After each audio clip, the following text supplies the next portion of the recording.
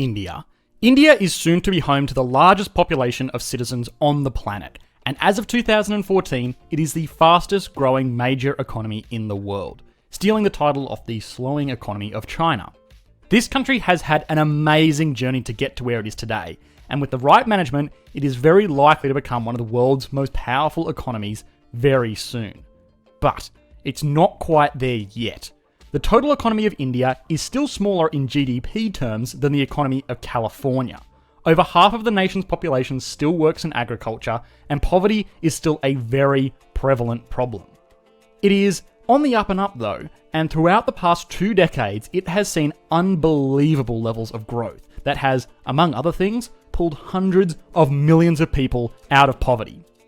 Although, to properly understand how this country is going to get to where it is going, you must first understand where it has come from. After over a century of servitude to the British under colonial rule and many decades of assertive efforts, India claimed its independence in August of 1947. For many nations, this often saw a sharp downturn in economic prosperity because while colonists were oppressive and undeniably exploitative of their host nations, they did ensure that they were able to effectively extract every bit of economic value they could from their colonies. India was a bit different though. It had learnt well from past lessons and actually ran a pretty effective economy once they were free from colonial rule. In the years after the war, India developed a very Protectionism is the policy of a nation to favour the goods produced by the nation over those produced abroad. Now, all nations to some extent will have a level of protectionism. This can be seen in things like tariffs charged on the import of raw materials, or import quotas limiting the amount of foreign cars that can enter a country in a given year. The severity and extent of these policies will determine how protectionist an economy is. A small side note is that this issue of protectionism has been in the news a lot recently with the US and Chinese trade war. This is ultimately a back and forth of protectionist policies that will work to favour the products of their respective local countries rather than the imports from abroad by artificially raising the prices of foreign goods with these import taxes. Countries will do this for many reasons. Primarily, it will be to protect their local industries and jobs from cheaper foreign competitors with lower wages. Sometimes it will just be political chess beating, and sometimes it's just another geopolitical negotiating strategy. In India's case though, it had a very different reason to adopt this protectionist policy. India had experienced firsthand what colonialism and early global trade had meant for the countries on the bottom of the industrial ladder. It decided that instead of potentially subjecting another nation to the same kind of hardship it had experienced, it would rather just do everything itself. The way it set out to achieve this was through a series of 5-year plans, which to regular channel viewers, or savvy students of history, sounds like the type of economic planning associated with a certain type of economic system. To top this off, India effectively nationalised most of its major industries in the mid-1950s and onwards, and its biggest trading partner at the time was the Soviet Union, and it had typical Soviet-esque style laws around pretty much everything, called the License Raj, which was pretty much just a big book of bureaucratic red tape for anybody that wanted to do anything in the economy. So, India was a communist country? Well, no.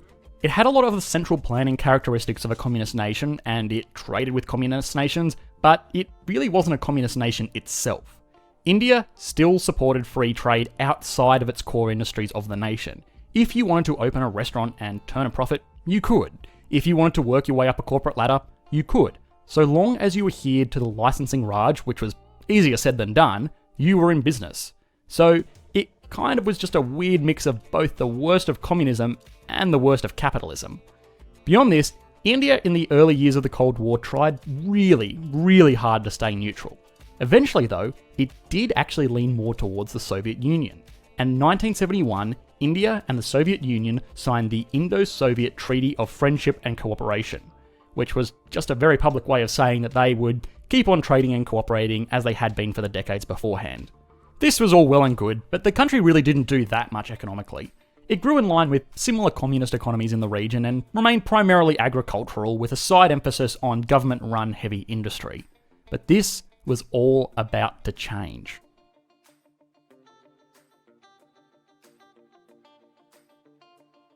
Up until the 90s, the Soviet Union was India's major trading partner. But then, in 1991, the Soviet Union collapsed, and with it, India lost a majority of its trade and a large portion of its industrial support. For those of you who have watched the video last week on North Korea, you will know that this collapse was not great news for some nations that were kind of reliant on the Soviet Union. It also wasn't great for India. 1991 was the slowest growth year the country had experienced since its independence. This was paired with a spike in oil prices that the growing economy relied so heavily on. All of this culminated in India facing the very real possibility of defaulting on its heavy debt burden it found itself in. In the last-ditch effort to avoid the fates of economies in similar positions at this time, the Indian government reached out to the International Monetary Fund for a $1.8 billion bailout loan. The International Monetary Fund is an international organisation that consists of 189 member countries, and tried to basically act as an intermediary to get everybody to do business with one another.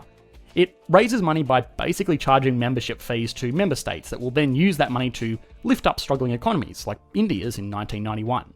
The International Monetary Fund is worth it for member states like the USA, for example, because it promotes global trade, monetary cooperation, and sustainable economic growth. All things that are really important for a world power like the US. India, on the other hand, had, up until this point, shunned international trade, grasping onto their protectionist policies and state-run enterprises. The International Monetary Fund agreed to loan India the money it so desperately needed if India agreed to deregulate and open up its economy.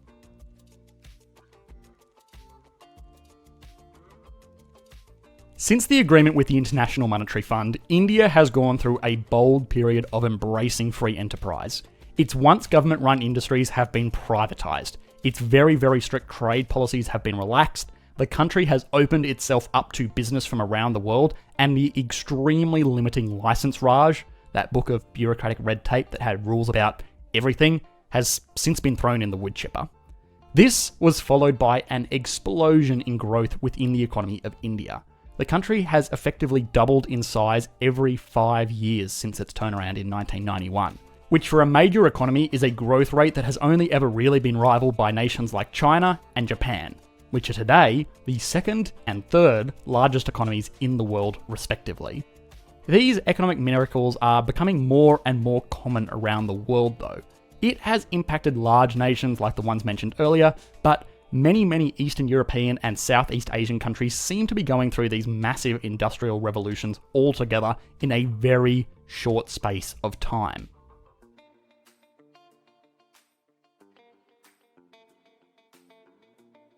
The first industrial revolution took place in England and started around 1760. The process took many decades, and the nation wasn't really a fully industrialised nation until the mid-1800s. The technology of steam and water power eventually overflowed into other European economies that slowly started to go through their own industrial revolutions, changing from primarily agricultural nations to industrialised nations. These early European revolutions took many decades to fully get to the point where they could be considered an industrialised nation though. But recently, this process has become a lot faster. China went from a primarily agricultural nation to a primarily industrial nation, and then on to a primarily service-based nation, all in the span of about 20 years. Thailand did the same in around 5 years. The process of industrialization is getting faster and faster for every economy that goes through the transition, and here is why. Back in the 1760s, when the first steam-powered textile factories were springing into existence, these factories literally had to reinvent the wheel. The best layout for a factory floor or the best way to design everything from bolts to assembly lines was a little bit of an unknown. This inevitably slowed down the whole process just a little bit. In today's world, we already have the knowledge on how all of this industrial business should be done, so nations making the transition from agriculture to industry don't have to reinvent the wheel. Oftentimes, they can just buy machinery directly off established nations to carry out their business effectively from the get-go. And this brings us neatly onto the second point. The world is now a large interconnected global economy, with large businesses looking for new opportunities. As soon as a nation shows promise in industrializing itself, international support tends to flock to these new nations in the form of multinational investment. Normally, this takes the form of investment into industries to take advantage of the cheaper labour of developing countries, which one could argue for or against. What it does mean, though, is that these nations get the investment they need to hit the ground running as an industrialised nation. India is already a very, very large economy. Simply by virtue of its resources, its immense population, and favourable environmental conditions, the nation is already the 5th largest economy in the world as of late 2019. And it has achieved this ranking while still having a majority of its population working in agriculture. But this is all changing. Uncertainty and the rising cost of doing business in China is making the global business community look for a new base of its industrial operations for low-cost manufacturing. India is the ideal economy to take the reign for a number of reasons, and these same reasons are why India is likely to be home to the biggest and most rapid economic boom yet. India is a former British colony, and while the country is much better off now as a free and independent state, it did take some of the best bits Britain had with it, namely its laws and its language. Language is actually normally seen as a pretty big hindrance to the Indian economy because of the vast array of dialects spoken within the country that makes internal business a little bit difficult. What it does have going for it, though, is the second largest English-speaking population in the world, falling only behind the USA. Now, I know I'm going to get a lot of heat for this, but English is the language of international trade and business. Having 10% of your population being able to speak English is a huge plus for when India fully steps out onto the world stage. For reference, in China, less than 1% of the population speak English, which does create frictions in international business and could potentially just make India the easier option in the future. Already, India has benefited from this by being the world's home of service call centres. The stereotypical Indian call centre is kind of a thing that we make fun of in the West, but to the Indian economy, it means relatively good paying jobs that can be done by people of any age in an industry that is worth tens of billions of dollars. This is just one small example of an industry that India has been able to monopolise that other industrialising nations would not have had the opportunity to because of their language barrier. The other big consideration is the Indian legal system. India does have its own system of government, although it is a system that basically reflects a Western democracy. India has a president as the head of state, and upper and lower houses to pass laws, and a ranked court system. This, again, doesn't sound like a huge deal, but to international businesses shopping around for a new base of operations, this is huge. To companies, having a legal system similar to their Western home countries where trade disputes will be settled fairly, contracts will be honoured, and intellectual property laws will be enforced is a very, very big deal. And it is not something that multinationals have the confidence in with countries like China. Now, it must be noted that Indian law is not all roses and sunshine. It does have its problems with corruption, but corruption tends to be something that international corporations can deal with, as long as all that other stuff stays intact to protect them.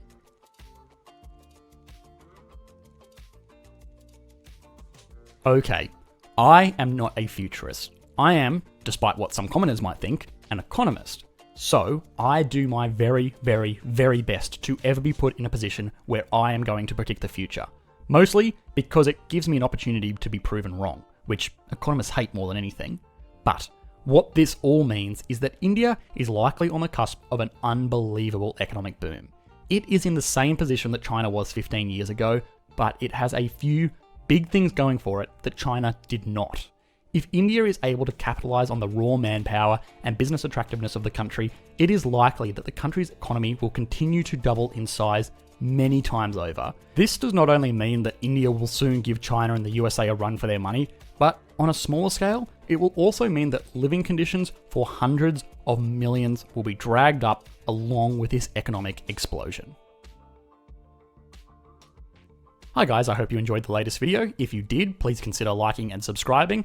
Thanks guys, bye.